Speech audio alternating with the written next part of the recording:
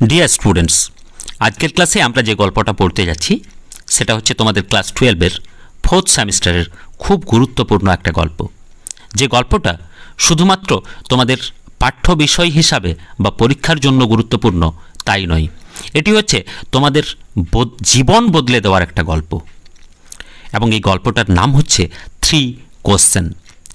এই 3 কোশ্চেন গল্পটা শুধুমাত্র সিলেবাসের অন্তর্ভুক্ত একটা গল্প হিসাবে অবশ্যই পড়বে না, এবং এই কথাটা আমি তোমাদেরকে অবশ্যই বলবো, এর মধ্যে যে শিক্ষা দেওয়া রয়েছে, যে লেসন আমরা এখান থেকে পাই, সেই লেসনটাকে সবাই তোমরা নিজেদের জীবনে অ্যাপ্লাই করবে। দেখবে জীবনটা অনেক বেশি সমৃদ্ধ এবং সাজানো গোছানো হবে, এবং জীবনে অনেক কনফিউশন কিন্তু দূর হয়ে যাবে। তো চলো এরপর পড়া শুরু করার আগে আমাদের অথার সম্পর্কে কিছু তথ্য জেনে নেওয়া যাক। Leo Tolstoy Russian writer. এই লিও টলস্টয়কে যখন আমরা রাশিয়ান ভাষাতে লিখি তখন ওনাদের যদি আমরা আক্ষরিক অর্থে উচ্চারণ করি তাহলে অবশ্যই সেটা হবে লেও টলস্টয়, কিন্তু যখন এটাকে আমরা ল্যাটিনাইজেশন করেছি অর্থাৎ ইংরেজিকরণ করেছি তখন আমাদের স্পেলিংটা একটু চেঞ্জ করেছি, সেটা হচ্ছে লিও, LEO। যদিও রাশিয়ান ভাষাতেও উচ্চারণটা লিও হয়, কিন্তু তাদের লেখার স্টাইল হচ্ছে লেও টলস্টয়। 1828 সালে 28শে অগস্ট তিনি এক অভিজাত রাশিয়ান পরিবারে জন্মগ্রহণ করেন এবং 1910 সালে 20শে নভেম্বর তিনি এই পৃথিবী থেকে বিদায় নেন। তিনি একজন অভিজাত জমিদার পরিবারে জন্মগ্রহণ করেছিলেন, তবুও খুব অল্প বয়সেই অর্থাৎ শৈশবকালেই তিনি তার পিতামাতাকে হারান। যদিও তিনি আত্মীয় স্বজনদের কাছে খুব যত্নসত্নেই লালিত পালিত হয়েছিলেন। হি ওয়াজ এ রাশিয়ান রাইটার। তিনি ছিলেন একজন রাশিয়ান লেখক, ফিলসফার, তিনি ছিলেন দার্শনিক অ্যান্ড সোশ্যাল থিঙ্কার, সমাজ চিন্তাবিদ। And he was widely regarded as one of the greatest novelists of all time. তিনি এই সমাজে বিচার্য হতেন, ব্যাপকভাবে বিচার্য হতেন। কি হিসাবে? একজন মহান সাহিত্যিক হিসাবে, সর্বকালের, অফ অল টাইম, মানে সর্বকালের মহান সাহিত্যিক হিসাবে তিনি বিচার্য হতেন, এবং এখনও তিনি মহান সাহিত্যিক হিসাবেই বিচার্য হন। সমস্ত ভাষার মধ্যে, শুধু রাশিয়ান ভাষা না, ইংলিশ ভাষা না, তার যে লেখার প্রভাব সেটা কিন্তু ভারতবর্ষেও রয়েছে। একটু পরেই তোমরা সেটাও জানতে পারবে। হিজ মাস্টারপিস, তার লেখার মধ্যে সবচেয়ে গুরুত্বপূর্ণ, যেটাকে আমরা ইংলিশে মাস্টারপিস বলি, এর বাংলা ঠিক কি সেটা আমিও জানি না, যাই হোক, তার লেখার মধ্যে যেটাকে মাস্টারপিস বলা যায় সেটা হচ্ছে ওয়ার অ্যান্ড পিস, যুদ্ধ এবং শান্তি। এই লেখাটা প্রকাশিত হয়েছিল 1869 সালে। অ্যান্ড আন্না ক্যারেনিনা, এই লেখাটা প্রকাশিত হয় 1877 সালে। আর celebrated for their psychological depth, এবং এই যে লেখাগুলি রয়েছে এইগুলি সবচেয়ে বেশিভাবে মানুষের কাছে উদযাপিত হওয়ার কারণ হচ্ছে এগুলির মধ্যে সাইকোলজিক্যাল ডেপথ রয়েছে, অর্থাৎ মনস্তাত্ত্বিক গভীরতা রয়েছে। এই গল্পগুলি শুধুমাত্র বাহ্যিক জিনিসকে তুলে ধরে না, মানুষের মনের ভিতরে ঘটে যাওয়া ঘটনাগুলিকে তুলে ধরে।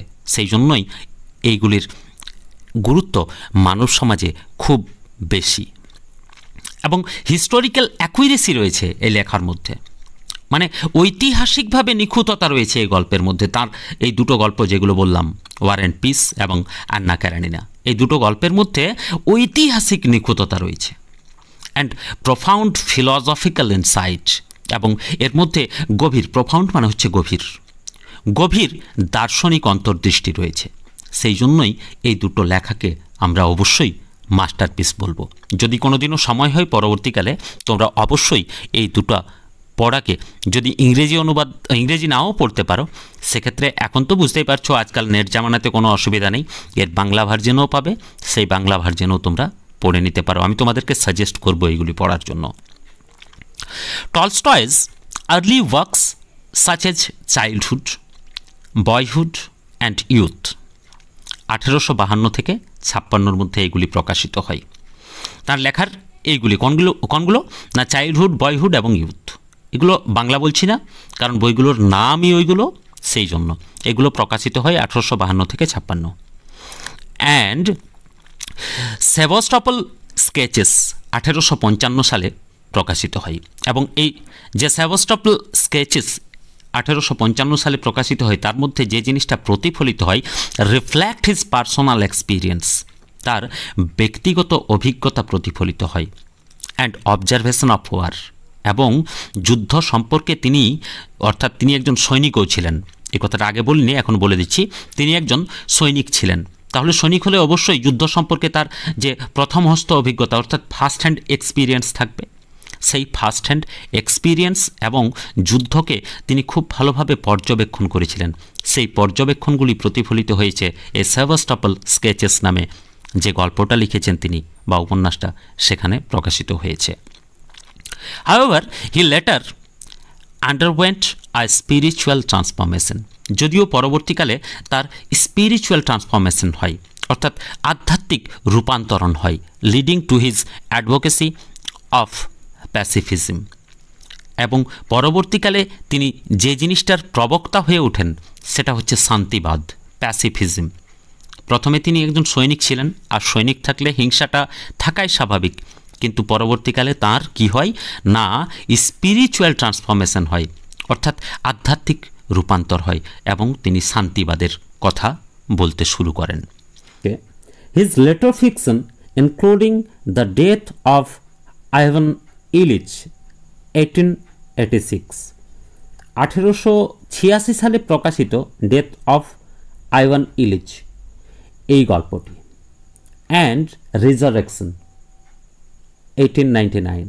এই রেজারেকশন যে গল্পটি রয়েছে সেখানে তুলে ধরা হয়েছে ক্রিটিক্স সোশ্যাল ইনজাস্টিস, অর্থাৎ সামাজিক যে অন্যায় কাজ, সেই অন্যায় কাজগুলির প্রতি সমালোচনা করেছেন এই রেজারেকশন এবং ডেথ অফ আইভান ইলিচ নামক উপন্যাসের মধ্য দিয়ে, অ্যান্ড এক্সপ্লোরস এক্সিস্টেন্সিয়াল থিম। এবং এই গল্পের মাধ্যমে অন্বেষণ করেছেন এক্সিস্টেন্সিয়াল থিম, অর্থাৎ অস্তিত্ববাদিতাকে নিয়ে এই গল্পগুলি অন্বেষণ করে। এই অস্তিত্ববাদিতাকে নিয়ে যদি আমরা একটু ডিটেলসে বলি, তাহলে এই রকম বলতে হবে, অস্তিত্ববাদিতা হচ্ছে মানুষ জন্মগতভাবেই কিন্তু একজন আলাদা ব্যক্তিত্ব, কিন্তু সমাজ একটা গড়পড়তা প্যারামিটারে, গড়পড়তা দাঁড়িপাল্লায় ওজন করতে শুরু করে। এরপরে আরও রয়েছে Tolstoy's idea on non violence influenced leader like Mahatma Gandhi and Martin Luther King junior. এই টলস্টয়ের লেখাগুলি অহিংসাবাদী মহাত্মা গান্ধীকে প্রভাবিত করেছিলেন, এবং মার্টিন লুথার, যার নাম তোমরা ইতিমধ্যে আগে শুনেছ, তিনিও একজন ঐতিহাসিক ব্যক্তিত্ব। এই মার্টিন লুথারও কিন্তু প্রভাবিত হয়েছিলেন অহিংসার পথে এই লিও টলস্টয়ের লেখাগুলি পড়েই। Despite conflict with Russian orthodox church, যদিও তার সঙ্গে একটা মতানৈক্য ছিল, কনফ্লিক্ট মানে হচ্ছে মতানৈক্য। কি নিয়ে মতানৈক্য ছিল না, তৎকালীন যে রাশিয়ান অর্থোডক্স চার্চ, গোঁড়া যে চার্চগুলি ছিল, তার সঙ্গে তার চিন্তাধারার একটা বিরাট বড় পার্থক্য ছিল। কিন্তু his moral and Literary legacy remain unparalleled in world literature. কিন্তু তার লেখার যে নৈতিক দিকগুলি ফুটে ওঠে, তার লেখার মধ্যে যে নৈতিক দিকগুলি ফুটে ওঠে, সেইগুলি কিন্তু সত্যিই আজও বিশ্ব সাহিত্যে অতুলনীয় হয়ে রয়েছে। আনপ্যারালালড মানে হচ্ছে অতুলনীয়, আর ওয়ার্ল্ড লিটারেচার মানে হচ্ছে বিশ্ব সাহিত্য। তো এই গেল তোমাদের এই লিও টলস্টয়, একজন বিখ্যাত এবং মহান সর্বকালের কালজয়ী একজন লেখক লিও টলস্টয় সম্পর্কে কিছু কথা। জীবনে যখন কোনো কাজে আমরা ব্যর্থ হই, তখন আমরা অনেক রকম প্রশ্নের সম্মুখীন হই। যেমন কোনো কাজে ব্যর্থ হওয়ার পর তোমার মনে প্রশ্ন উদয় হয় আমি কাজটাতে কেন ব্যর্থ হলাম, কোন সময় আমার পক্ষে এই কাজটা করা সবচেয়ে ভালো হতো, এই কাজটার সঙ্গে আমার কোন লোকগুলিকে যুক্ত না করলে ভালো হতো, এবং এই কাজটি আদৌ আমার করা উচিত ছিল কিনা। এই ধরনের প্রশ্ন কিন্তু জীবনের কোনো না কোনো সময়ে প্রত্যেকের মাথায় উদিত হয়। অর্থাৎ মুদ্রা যে প্রশ্নগুলো হচ্ছে সেটা হচ্ছে সবচেয়ে গুরুত্বপূর্ণ সময় কোনটা। সবাই কিন্তু আমরা কম বেশি সময়কে নিয়ে ভাবি। তুমি যদি কাউকে জিজ্ঞেসও করো যে আমি এই কাজটাতে সফল হলাম না কেন, ব্যর্থ হওয়ার পর যদি তুমি জিজ্ঞেস করো, তাহলে দেখবে ওই যে লোকটিকে তুমি জিজ্ঞেস করছো সে হয়তো তোমাকে এইরকম উত্তর দেবে যে এই কাজটা তুমি ভুল সময়ে শুরু করেছিলে। বাট সত্যি কি ভুল সময় বলে কিছু হয়? সত্যি কি ভুল লোক বলে কিছু হয়? সত্যি কি ভুল কাজ বলে কিছু হয়? না। এই তিনটি প্রশ্নের উত্তর শুধুমাত্র তোমার এবং আমার মাথাতে এসেছে তাই নয়। এই রকম তিনটি প্রশ্ন একটা রাশিয়ার রাজাদেরকে জার বলা হয়। জারের মাথায় তিনটি প্রশ্ন আসে। সবচেয়ে গুরুত্বপূর্ণ সময় কোনটা যে কোনো কাজ করার জন্য? সবচেয়ে গুরুত্বপূর্ণ লোক কারা কোনো একটা কাজ করার জন্য? এবং সবচেয়ে গুরুত্বপূর্ণ কাজ কোনটা? এই তিনটা প্রশ্নের উত্তর যদি জানা যায় তাহলে ওই যার ভাবছেন আমি যে সময়ে যে সিদ্ধান্ত নেব সেই সিদ্ধান্ত এবং সেই কাজে, অর্থাৎ আমি যদি কোনো কাজের উদ্যোগ নিয়ে থাকি তাহলে সেই কাজটাতে সফল হতে পারবো যদি আমার কাছে এই তিনটা প্রশ্নের উত্তর থাকে তাহলে। এবং এর থেকেই তিনি সন্ধান করতে থাকেন এই তিনটা প্রশ্নের উত্তর। তো এরপর আমরা পড়াটাকে লাইন বাই লাইন স্টার্ট করছি। যারের সঙ্গে সঙ্গে অবশ্যই তোমরাও কিন্তু জীবনের এই তিনটা গুরুত্বপূর্ণ প্রশ্নের উত্তর পেয়ে যাবে।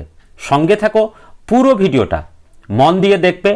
আমি তোমাদেরকে কথা দিচ্ছি, একবার এই ভিডিওটা দেখার পর এবং বাড়িতে নিজে দু একবার পড়ে নেওয়ার পর আর কোনো ডাউটস এই পড়াটাকে নিয়ে অন্তত তোমাদের আর থাকবে না। তো চলো এরপর শুরু করা যাক লাইন বাই লাইন পড়াটা। It once occurred to a certain tsar. এক জারের মাথায় এইটা প্রথম ঘটেছিল।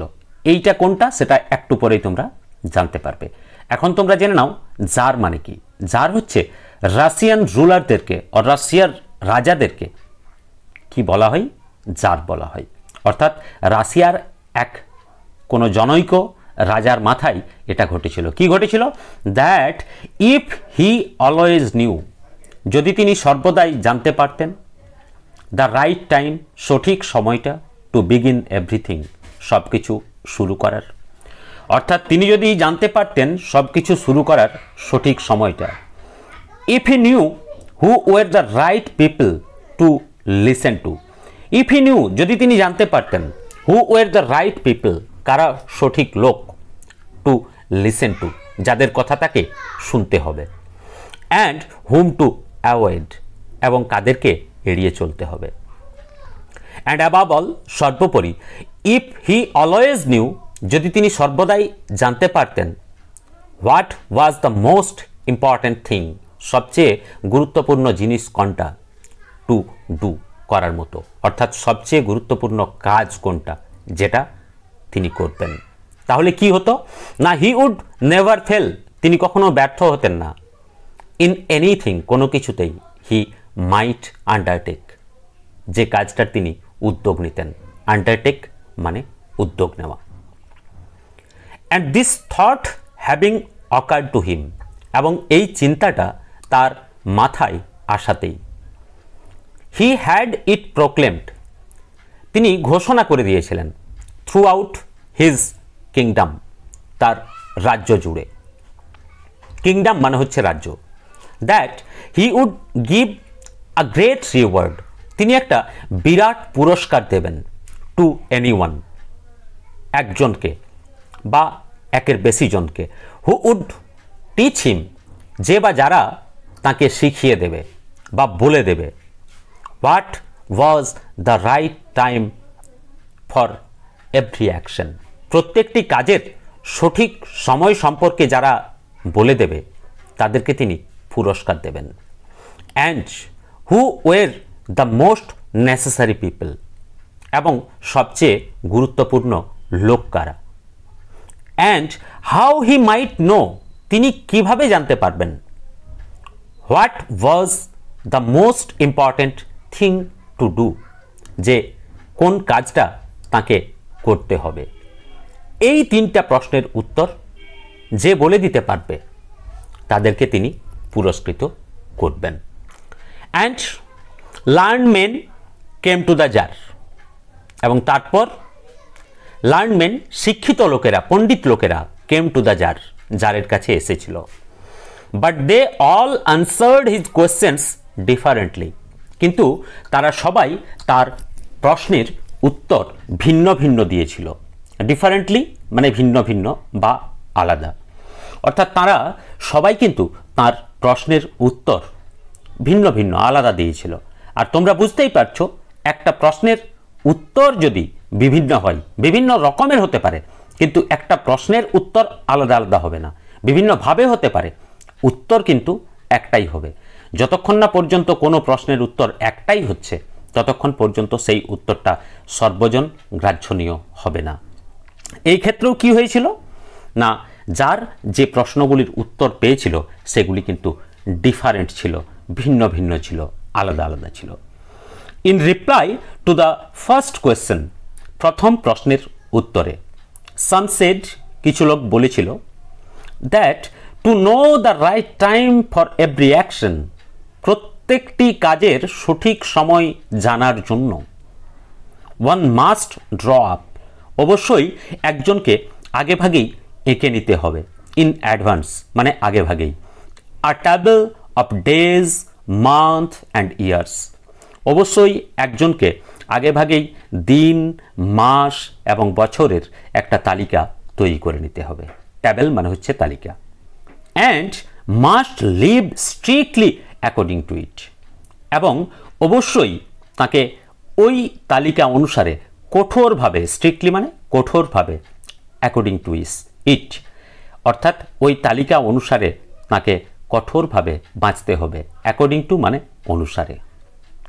অনলি দাস সেড দে, শুধুমাত্র এইভাবেই সেড দে তারা বলেছিল, could everything be done at it's proper time, শুধুমাত্র এইভাবেই প্রত্যেকটি কাজকে তার সঠিক সময়ে করা যেতে পারে।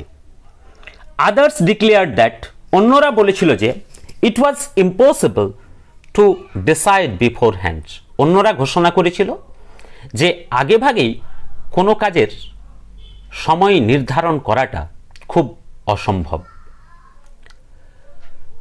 ফর এভরি অ্যাকশন অর্থাৎ প্রত্যেকটি কাজের। বাট দ্যাট, তাই বলে, not letting oneself be absorbed in the idle pastime, তাই বলে কাউকে অতীত নিয়ে অলসভাবে মানে বসে থাকা উচিত নয়, অর্থাৎ অতীতের ঘটনাকে নিয়ে মগ্ন থেকে বসে থাকা উচিত নয়। অ্যাবজর্ব মানে হচ্ছে মগ্ন থাকা, অ্যান্ড পাস্ট টাইম মানে অতীতের সময়। And one should always attend to all that was going on, একজনকে অবশ্যই সব দিকে মনোযোগ দিতে হবে। অ্যাটেন্ড মানে মনোযোগ দেওয়া, টু অল সব দিকে, দ্যাট ওয়াজ গোয়িং অন যেটা ঘটছে, অর্থাৎ চারিদিকে যা কিছু ঘটছে সব কিছুতেই একজন ব্যক্তিকে ধ্যান দিতে হবে, এটা কিন্তু অসম্ভব। And then do what was the most needful, এবং তারপর যেটা সবচেয়ে গুরুত্বপূর্ণ সেটা তাকে করতে হবে, সবচেয়ে প্রয়োজনীয়, নিডফুল মানে প্রয়োজনীয়, সবচেয়ে প্রয়োজনীয় যেটা সেটা তাকে করতে হবে। আদার অ্যাগেন সেড, অন্যরা আবার বলেছিল, that however attentive the tsar might be, যার যতই মনোযোগী হোক না কেন, হাউএভার মানে যতই, অ্যাটেন্টিভ মানে মনোযোগী, to what was going on, যা কিছু ঘটছে সেই ব্যাপারে যার যতই মনোযোগী হোক না কেন। It was impossible for one man to decide, এটা একেবারে অসম্ভব একজনের পক্ষে নির্ধারণ করাটা। Correctly the right time for every action, প্রত্যেকটি কাজের সঠিক সময় নির্ণয় করাটা একজনের পক্ষে অসম্ভব। But that he should have a council of wise man, বরং এর জন্য তার একটা পরিষদ থাকা দরকার। কাউন্সিল মানে হচ্ছে পরিষদ, পরিষদ মানে যেখানে পণ্ডিত বা শিক্ষিত লোকেরা থাকবে, অনেক শিক্ষিত লোক থাকবে, তারা বিচার বিবেচনা করবে এবং জারকে বলে দেবে, রাজাকে বলে দেবে যে কোন কাজটি তাদেরকে করতে হবে। হু উড হেল্প হিম, যারা তাকে সাহায্য করবে। To fix the proper time for everything, তারা তাকে প্রত্যেকটি কাজের সঠিক সময় নির্ণয়ের জন্য সাহায্য করবে। ফিক্স মানে নির্ণয় করা বা স্থির করা। But then again others said, তারপরেই অন্যরা বলে উঠল। কি বলল না, দেয়ার ওয়ার সাম থিংস, কিছু কিছু জিনিস রয়েছে, which could not be wait to be laid before a council, যেগুলির জন্য কোনোভাবেই অপেক্ষা করা যাবে না। অর্থাৎ কিছু কিছু জিনিস রয়েছে যেগুলির জন্য কোনোভাবেই অপেক্ষা করা যাবে না, যেগুলি আগে কাউন্সিল সিদ্ধান্ত নেবে, অর্থাৎ পণ্ডিত লোকেরা সিদ্ধান্ত নেবে, বিচার করবে, তারপর রাজাকে বলবে। এই সময়টা সব কাজের পক্ষে পাওয়া কিন্তু সম্ভব না। But about which one had at once to decide, বরং ওই কাজগুলি সম্পর্কে রাজাকে সঙ্গে সঙ্গে তৎক্ষণাৎ, অ্যাট ওয়ান্স মানে সঙ্গে সঙ্গে, তৎক্ষণাৎ সিদ্ধান্ত নিতে হবে। Whether two undertake them or not, যে এই কাজটি তাকে করতে হবে কি করতে হবে না। But in order to decide that, কিন্তু এটা নির্ধারণ করার জন্য, one must know before hand what was going to happen, কিন্তু এটার জানার জন্য অবশ্যই একজনকে আগেভাগেই জানতে হবে যে কি ঘটতে চলেছে। It is only the magicians, শুধুমাত্র ম্যাজিশিয়ানসরাই রয়েছে, হু নো দ্যাট, যারা জানে, যে কি জানে, অ্যান্ড দেয়ারফোর, তাই, ইন অর্ডার টু মানে উদ্দেশ্যে, in order to know the right time for every action, তাই প্রত্যেকটি কাজের সঠিক সময় নির্ণয় করার জন্য ওয়ান মাস্ট কনসাল্ট ম্যাজিশিয়ানস, তাই অবশ্যই একজনকে পরামর্শ নিতে হবে। কনসাল্ট মানে পরামর্শ নেওয়া, ম্যাজিশিয়ান জাদুঘরের, অবশ্যই একজনকে জাদুঘরের পরামর্শ নিতে হবে। আশা করি এইটুকু পড়ে তোমরা বুঝতে পারলে যেটুকু রাজার কাছে, জারের কাছে যে উত্তরগুলি এলো সেগুলি কোনোভাবেই কিন্তু স্যাটিসফ্যাক্টরি অর্থাৎ সন্তোষজনক হয়নি, আর হবেও না, কারণ এই উত্তরগুলি একটাও তোমার আমার কাছেই গ্রহণযোগ্য হচ্ছে না, তাহলে রাজার কাছে বা কীভাবে গ্রহণযোগ্য হবে।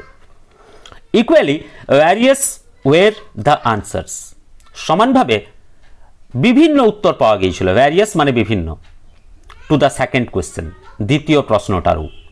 সাম সেড, কিছু লোক বলেছিল, the people the tsar most needed, যে সমস্ত লোকেদেরকে জারের সবচেয়ে বেশি প্রয়োজন, ওয়ের হিজ কাউন্সিলার্স, তারা হচ্ছে তার পরামর্শদাতা বা পরিষদের লোকেরা। আদার্স দ্য প্রিস্ট, অন্যরা বলেছিল না, সবচেয়ে গুরুত্বপূর্ণ লোক হচ্ছে প্রিস্ট। অ্যান্ড আদার্স, আরও কিছু লোক বলেছিল দ্য ডক্টরসরা হচ্ছে সবচেয়ে গুরুত্বপূর্ণ লোক। হোয়াইল সাম সেড, অন্যদিকে কিছু লোক বলেছিল the warriors were the most necessary, কিছু লোক বলেছিল যে যোদ্ধারা হচ্ছে একটা রাজার কাছে সবচেয়ে গুরুত্বপূর্ণ লোক।